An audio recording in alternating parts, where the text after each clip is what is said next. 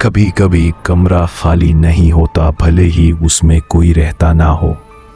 कुछ निशान, कुछ आवाजें दिखती नहीं, लेकिन मिटती भी नहीं।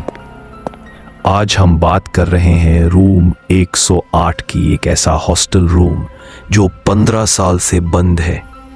लोग कहते हैं उस कमरे में जो हुआ वो सिर्फ एक मौत नहीं थी, वो एक अधूरी कहानी थी जो आज भी रातों में जिंदा है। चैप्टर 1, नया बच्चा और पुराना कमरा। हॉस्टल का नाम था Shivnarayan residential boys hostel, Jharkhand. कमरा नंबर 108 पुरानी बिल्डिंग के सबसे कोने में, खिड़की के पास जंग लगे ग्रिल और रात के समय उस कोने में अजीब सा अंधेरा। 2009 में इस कमरे में आया था एक नया लड़का, अंकित मिश्रा। उम्र सिर्फ 17, शांत, स्टूडियस, लेकिन थोड़ा इंट्रोवर्ट। हॉस्टल में सिर्फ एक ही दोस्त था, पवन। शुरुआत में सब ठीक था, लेकिन 2 हफ्ते बाद अंकित ने पवन से एक अजीब बात कही। अंकित, यार, रात को दरवाजे पर कोई खड़ा रहता है, आवाज नहीं, बस शैडो। पवन ने मजाक समझकर टाल दिया, पर कहानी यहीं खत्म नहीं हुई। चैप्टर 2, कमरा बदलने की जिद। अगले ही दिन अंकित ने वार्डन से कहा, सर मुझे कमरा बदलना है। कारण पूछा गया। उसने कहा, रात को कोई मेरे कमरे की खिड़की खटखटाता है, अंदर आने की कोशिश करता है।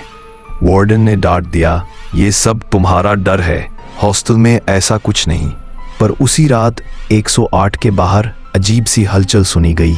फुटस्टेप्स, किसी चीज के गिरने की आवाज, फिर अचानक चीख। हॉस्टल के लड़के बाहर भागे, लेकिन दरवाजा अंदर से बंद था।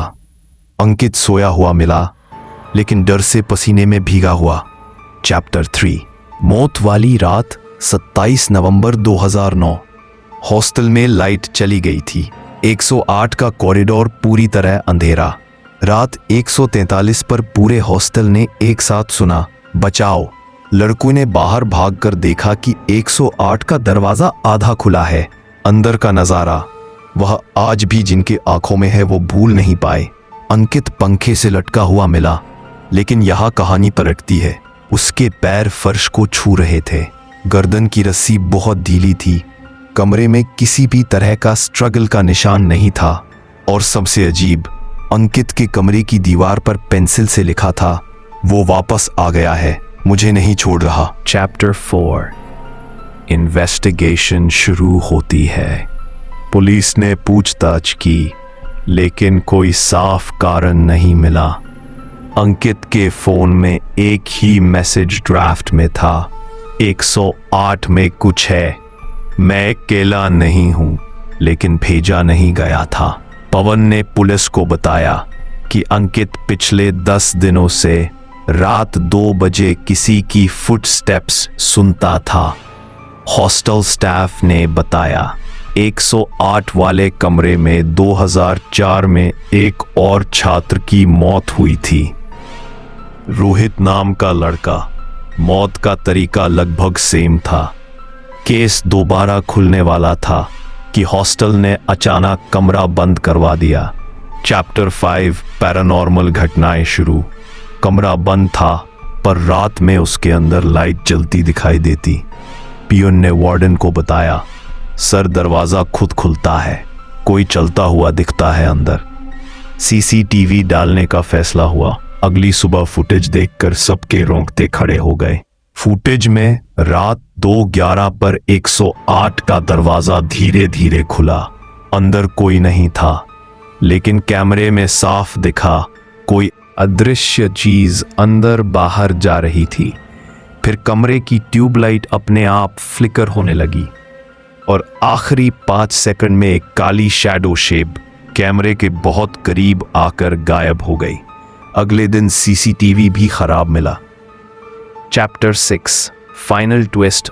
हॉस्टल के एक बुजुर्ग केयरटेकर ने एक राज बताया। 2004 में रोहित और अंकित दोनों एक ही तरह की बात कहते थे, कोई खिड़की पर आता है, मुझे नाम लेकर बुलाता है। केयरटेकर ने बताया, कि हॉस्टल के इस कोने में पहले एक पेड़ था जहां एक आदमी ने खुदकुशी की थी और उसी रात उस पेड़ को काटकर यहीं पर कमरा बनाया गया। 108 लोग कहते हैं उस आदमी की उलझी हुई आत्मा किसी भी अकेले इंसान को अपनी तरफ खींच लेती है। आज भी कमरा 108 पक्का ताला लगाकर बंद है। कोई उसके पास नहीं जाता, रात के बाद तो बिल्कुल नहीं। कभी कभी उस कमरे की खिड़की से हल्की रोशनी बाहर आती है, जैसे कोई अंदर अब भी जाग रहा हो। कुछ कमरे सिर्फ दीवारों से नहीं बने होते, कुछ कमरे कहानियों से बने होते हैं। और रूम 108 कहानी खत्म होने के बाद भी खत्म नहीं हुआ।